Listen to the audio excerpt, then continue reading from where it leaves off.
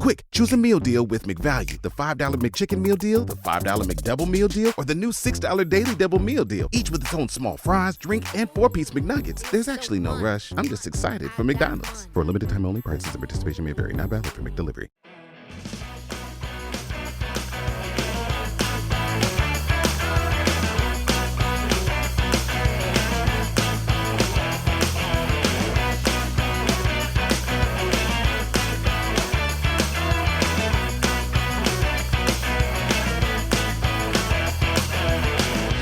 Hello, everyone, and welcome to Kilowatt, a podcast about electric vehicles, renewable energy, autonomous driving, and much, much more. My name is Bodie, and I am your host. And this will be the second time I record this episode, not because of a technical difficulty, not because of a mistake on my part, but I recorded it last night at midnight. And I listened back to some of it, and I really wasn't happy with the quality. So, I don't know, it was like around 12:30 or 1 o'clock in the morning. I was like, you know what? I'm going to re-record this, and I'll do it again tomorrow. So, yeah, the fun stuff over here at the Grimm household. Also, I do need to let you know that there are folks in my house painting. They're actually outside of my house, but they're painting doors, so you might hear like tape being, torn asunder, and then also you might hear some voices in the background, that kind of thing. Or you might not. We'll see. This is a good microphone, so you might not have to hear it, but I definitely hear it. One more thing before we go into our news. I want to give a big thank you to Bruce for increasing his Patreon pledge. Now, this is Bruce E. We have lots of Bruces. Actually, we might have a high concentration of Bruces who support this show. So thank you to Bruce E, as well as all of the Bruces and everyone else who supports this show. They went to patreon.com/kilowatt or supportkilowatt.com, and that allows you to choose whether you want to support the show on Patreon or support the show on Supercast. It's kind of an easy way to get there to help the show out. So that'll be our Patreon plug for today. But let's go ahead and jump into the news. We're going to start off with the Tesla news because we have news on the Donut Lab test, and I don't want to tip my hand, but I had to do a lot of research. I learned a lot of new things. All right. Starting off with Tesla news, the $60,000 Cybertruck that we talked about last episode will, in fact, get a price increase on February 28th, which is, as I record this, just a few days away, 2 days away. I'm just editorially, if I were in the market for a Cybertruck, I would buy one from a private seller for around that same price, just out of spite. Because I think this is a bad customer experience. I feel like this is Tesla.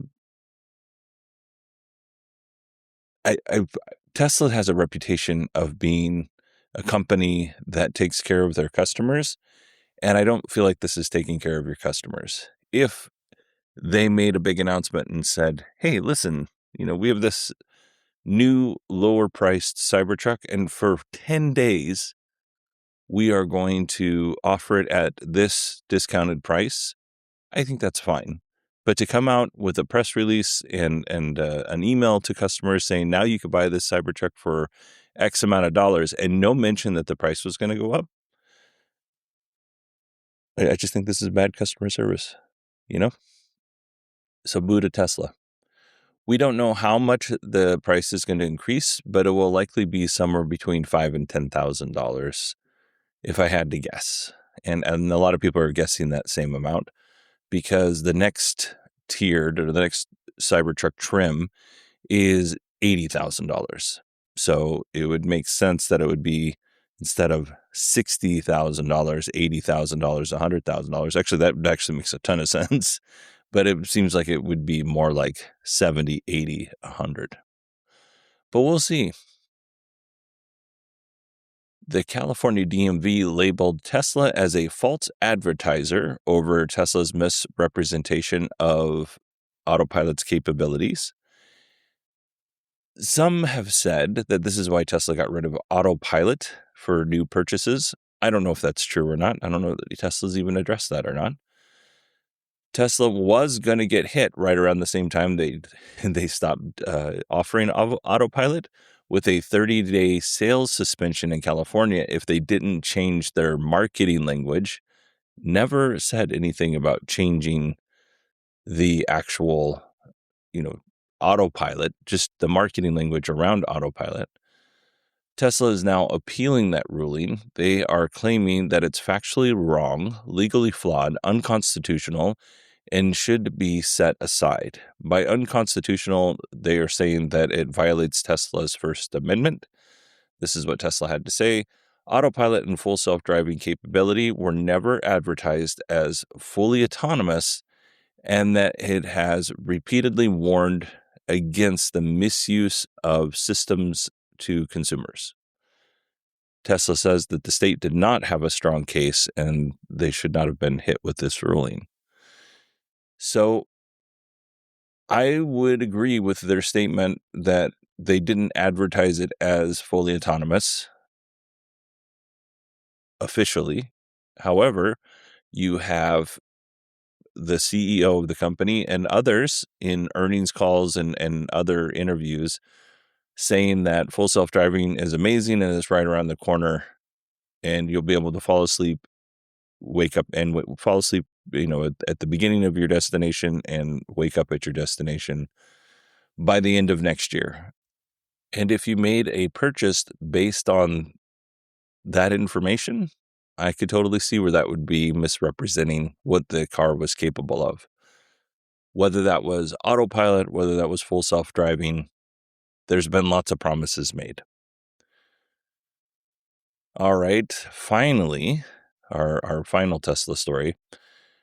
The National Highway Transportation Safety Administration, the National Highway Traffic Safety Administration opened a preliminary investigation on October 7th, 2025 into Tesla and vehicles operating with FSD.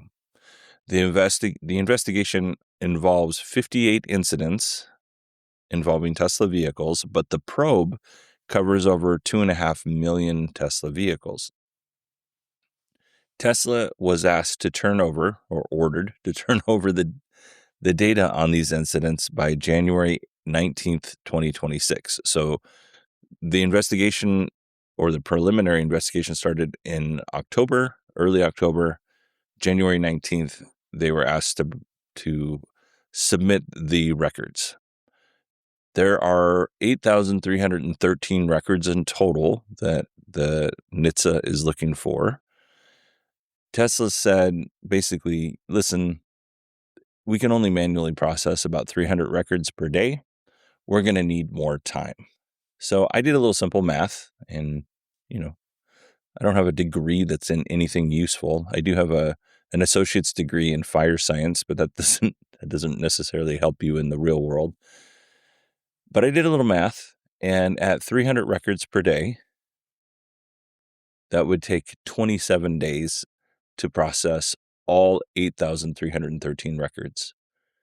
So let's round up to 2 months for any unforeseen circumstances. And that would basically give Tesla plenty of time between October and January to provide those records. Tesla is claiming, though, that it's burdensome because they are responding to multiple NHTSA probes simultaneously. And that does make sense. So the original deadline was January 19th, and then they got an extension to February 23rd, and now the new deadline is March 9th. No word if they're going to continue getting extensions, but yeah, what is that? November, December, January, February, March. So 5 months of total to get these records together. We will see what happens March 9th. Quick, choose a meal deal with McValue. The $5 McChicken meal deal, the $5 McDouble meal deal, or the new $6 Daily Double meal deal. Each with its own small fries, drink, and 4-piece McNuggets. There's actually no rush. I'm just excited for McDonald's. For a limited time only, prices and participation may vary. Not valid for McDelivery. All right, that is our Tesla news. I can already tell you this is going way better than yesterday. And by the way, if you would like to listen to the initial episode that I did, I'll be happy to share that with anybody who would like to listen. Maybe I'll upload it to Google Drive or throw it onto Patreon as some. No, I'm not going to do that because that's advertising that my show is awful. I'll throw it onto a Google Drive or something and send you an email if you'd like to listen to what the difference is between being up late and no sleep and being up early and no sleep. The big difference. When I say no sleep, I mean like 6 hours. All right. 5 hours. See, my brain isn't even working that well right now. Let's get to our EV news. In my opinion, I'm going to say this. In my very humble and quite frankly, always humble opinion, all EVs should come with a frunk. There should not be any EV out there that doesn't have a frunk. Now, I realize that there are EVs out there that don't have frunks, and I think that you are doing a disservice because frunks are awesome. Ford agrees with me. They just want to charge you $495 for a frunk if you buy a new Mustang Mach-E. I don't know why. I don't know why you would do this. Frunks give you options. It doesn't cost that much. I don't know. Anyway, here's the story. Ford wants you to have a frunk in the Mustang Mach-E, but only if you pay them an extra $495. If you don't pay them that money, then they're going to cover up that space and not allow you to use it. Imagine if you went to a home builder and they sold you a home, but they said, listen, we have holes in the exterior walls for windows. So you can put windows in, but you're going to need to pay us extra money for that. Otherwise, we're going to board it up and you can't use those holes for windows. That seems ridiculous. And why not just charge a little bit more for the car? In this case, my metaphors are all over the place, but why not just charge a little bit more for the car? And then everybody gets a frunk. This makes Ford look like an evil villain. I genuinely don't understand. You're holding somebody hostage for space that they have in a car that they've purchased. It's $495 for me to have it installed, or for Ford to install it in my car for me. It costs Ford less than that in parts. We can assume it's just a plastic tub and some fasteners and a little bit of labor to have that frunk. Actually, the fact that you have to have some cars that are going to have a frunk and some cars that aren't going to have a frunk, that builds in a little bit of extra cost into production anyway, because now you have two different cars.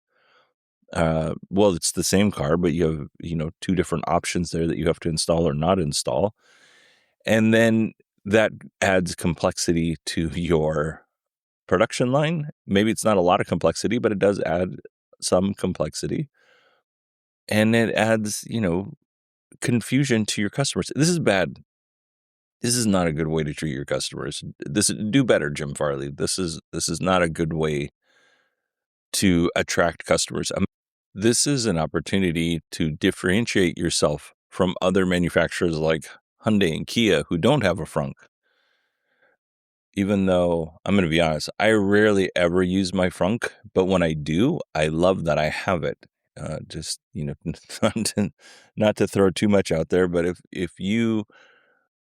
my backpack has a lot of gear in it at any given time. So I have my laptop, I have a work laptop, and then I have, various electronic devices that I carry around with me for different reasons. At some points in time, I could have, close to $6,000 or even a little bit more than $6,000 of gear sitting in my backpack. Being able to go into a store, let's just say on my way home from somewhere, and throw my backpack in the frunk, and knowing that it's more secure there, gives me a huge amount of peace of mind. Is it an extra $495 at a peace of mind? Well, I've already told you that I can be petty, so I wouldn't buy a Mach-E for that reason. I would just move on to a different car. We have the Rivian R2 that's coming out, which will have a Frunk. We have whatever Lucid's coming out with, which will have a Frunk. So yeah, this is not a great way to go forward. Let's move on to Donut Labs. Donut Donut dropped their first of many videos showing off their solid state battery and the tests that VTT, which is VTT Technical Research Center of Finland, did. Now, I'm going to give you a little bit of context here. I barely understand this stuff, and that's probably overstating it by saying I barely understand it. Like I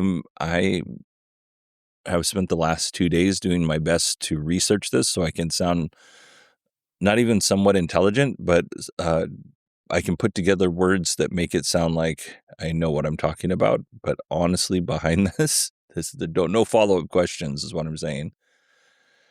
I'm going to do my best to portray this information in an accurate portrait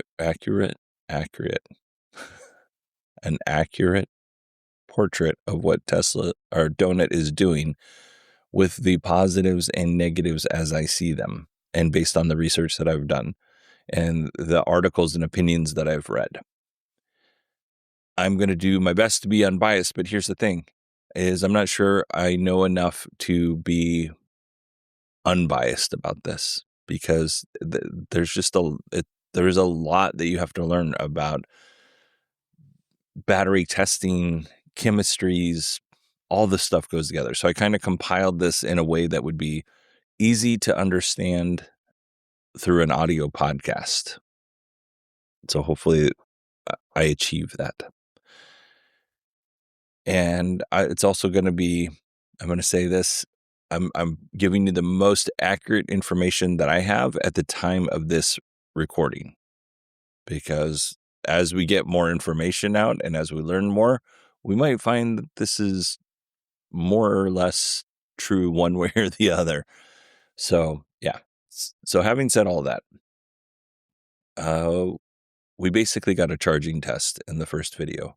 It's not a full test of the cell and all the capabilities that Donut said that it was the cell is capable of, but it's a charging test. So I understand, like, Donut would like to stay in the news cycle, and by doling one video out a week, which looks like what they're doing, and showing that their battery is capable of what they say it can do, keeps them in the news.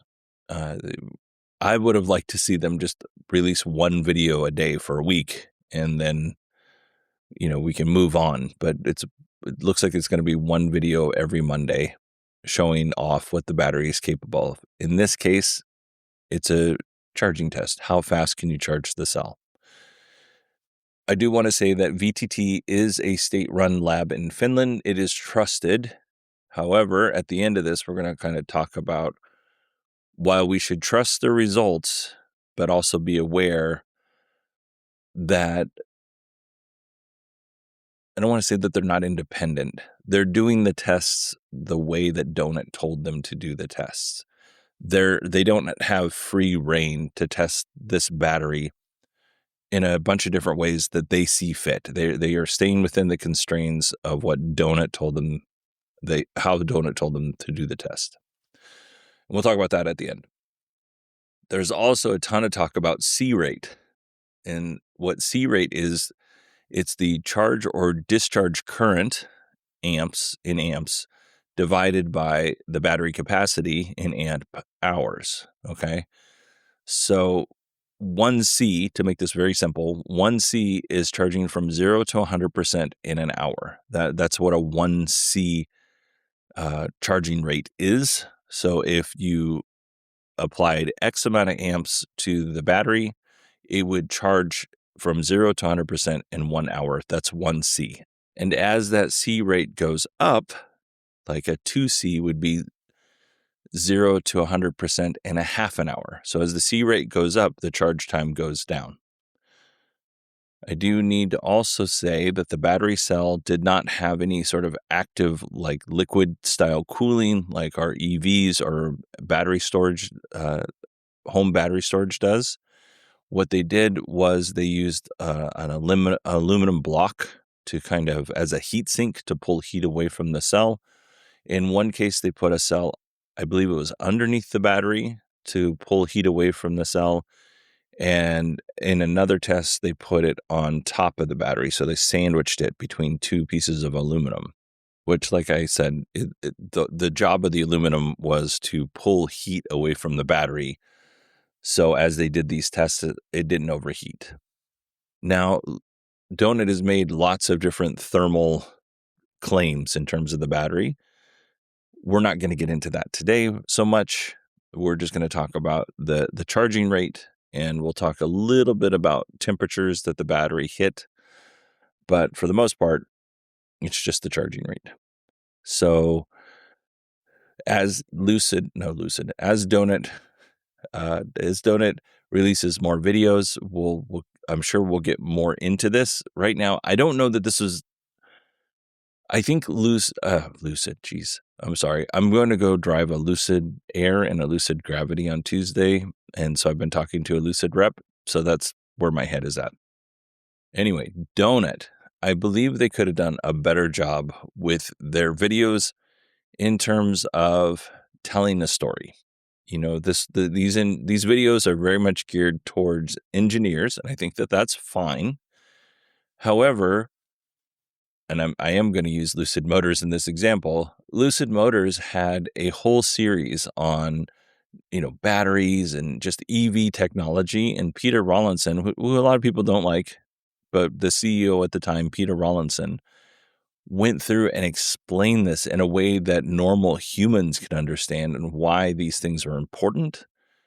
Donut didn't really do that. And I think they missed a bet there. I think that these could have been very public-facing videos for normal schlubs like myself to get a better understanding of what they're testing, why they're testing for it, and tell a story. One thing that Peter Rawlinson was really good at was telling a story. I've mentioned this before early on in the podcast in 2017. I went to Monterey, and Lucid was displaying their Air there at the Monterey car show. And we being my oldest daughter and I went there, and we're sitting around chatting and waiting for our interview. And like there was this kindly, British gentleman that walked us through all of the cool technology that they had on display. And he explained it in a way that was super easy to understand. And it turns out that was Peter Rawlinson. And I didn't know. I had no idea that it was him that was walking us through that. But he explains things in a way that makes it easy for people to understand. Donut, I think, could have done a better job at releasing this information in a way that more people could understand it. All right. So the first test was a 5C test at 130 amps. The battery was able to charge from 0 to 80% in about 9.5 minutes, and it retained 100% of its battery capacity. In the second test, a little bit, higher charge rate, they charged at 11C, which was 286 amps, and they were able to charge from 0 to 80% in 4.5 minutes, and the battery retained right around 99% of its capacity. So this is great in terms of charge speeds. This was not a complete battery pack. This was a battery cell, and it looks like they were using pouch cells.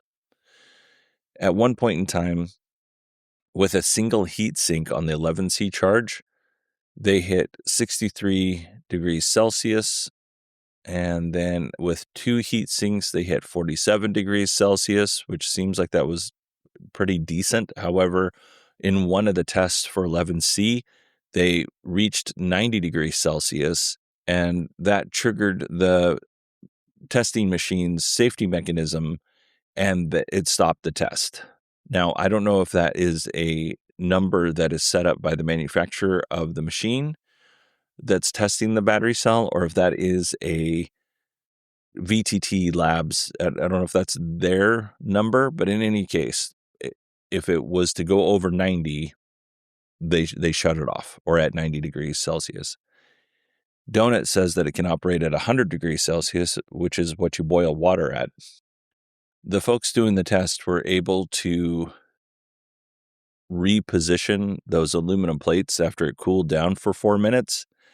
And I guess there was maybe it wasn't on there just right. So they repositioned everything. They ran the test again, and it passed at 89 degrees Celsius.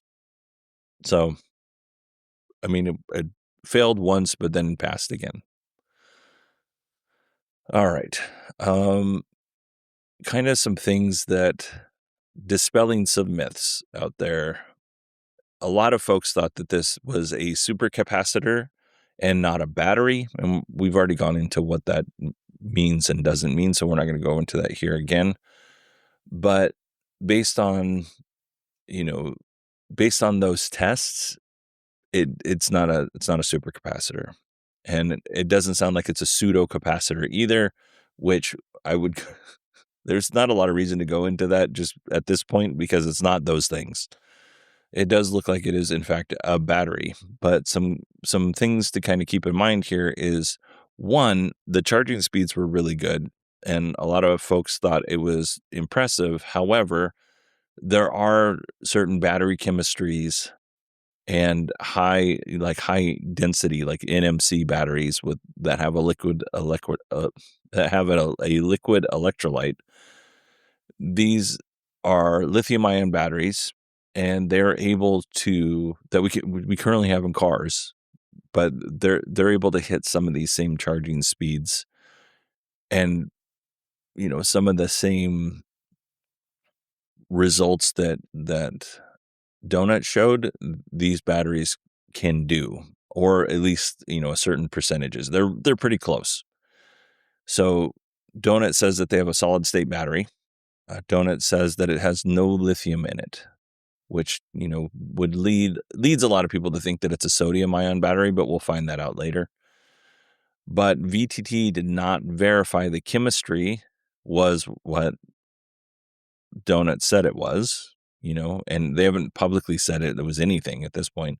And they did not verify that this was a solid state battery. All they did was the charging test, because that's what Donut told them to do. We also don't know what, if any, damage was done inside the battery in terms of dendrite formation. And we just have limited information as to what was done, what was happening inside the battery, and what was left, what happened afterwards. They basically, can it charge at this rate? Yes or no? All right. So if you go to idonotbelieve.com, you can watch the video, but they also have a report that VTT put together, a written report. And in that report, it's got all of the tests and much more information on the results that we talked about here. But I do want to point out that at the very end of the test, under conclusions and summary, VTT wrote this: the project included independent charging performance tests on the energy storage devices supplied by the customer, which the customer identified as solid-state batteries. So, again, VTT did not verify that this was solid-state. They just went off what Donut was telling them. And it very well could have been. We're not saying that it wasn't. Based on the initial capacity test, the nominal capacity was determined to be 26 amp hours. The cell was charged at 5C, 130 amps, and 11C, 286 amps, in accordance with the customer's test plan, and capacity, energy, cell temperature, and charging times were recorded. So Donut provided the test. Basically, they said, this is how you're going to test it, and these are the results that we expect. And VTT verified that this is what occurs. So no shadiness there. And then I'm just going to read this last paragraph. Under the specified test conditions, the cell was successfully charged at 5C for more than 9 minutes, and 100% of the charge capacity was available during the subsequent discharge.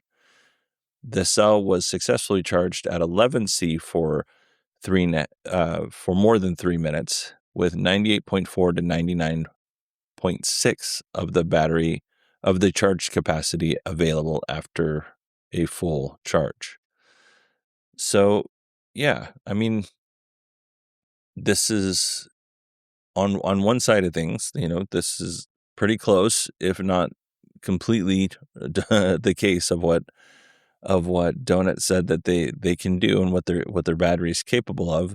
There's still a lot of unanswered questions, and that's okay. Again, I do feel like the way that Donut is rolling this out, there could be a better story to tell, and in that they could still put in all the nerdy engineer stuff, because I do think that that's necessary. You can't just put in all fluff. However, this is their opportunity to tell a story, and they started off their video series with a fiery video from Marco Lettamacchi, who was like, they said that we're a scam, we're this. Well, tell a story. Tell a story why you're not. Tell a story how, give us a little bit more information about how this was developed. This is your opportunity to introduce yourself to the world as, this amazing Finnish company that solves something that nobody else could solve. In reality, they're allowing news outlets, YouTubers, and dumb, bald podcasters like myself to tell their story for them. And I think that's a mistake. All right. This episode went way better than last episode. Like, we're already shorter than we were by a significant amount than last episode. So maybe not by like 3 or 4 minutes. So anyway, if you want to email me, it's Bodie, BODIE at 918digital.com. You can find me on X at 918digital. But to be honest, every time I go to X, all I'm served at this point is a little bit of Tesla and EV information, small amounts. I used to go there because it had my whole feed was nothing but EV and Tesla stuff, and that was great. But now there's just so many videos of people treating other people awful on there that it's in my feed. It's not like I don't care to curate that. I didn't ask for it, so I don't know why you're continuing to give it to me. But yeah, not spending a lot of time on X. But I do spend a fair amount of time on LinkedIn. So if you want to follow me on LinkedIn, you can do so. You can just search for my name, Bodie Grimm, BODIE GRIMM. And yeah, thanks so much for everybody for being patient. And, again, if you want to listen to what the initial recording sounded like, I don't know why you would, but I'll put it up on Google Drive, and you can email me, and I'll send you a link if you want to hear the comparison between the two. All right, everybody. Thank you so much for listening. I will talk to you probably Saturday, because I do owe an extra episode this week. And yeah, I don't think it'll be Friday. Friday might be too soon. But thank you, everybody. I will talk to you soon.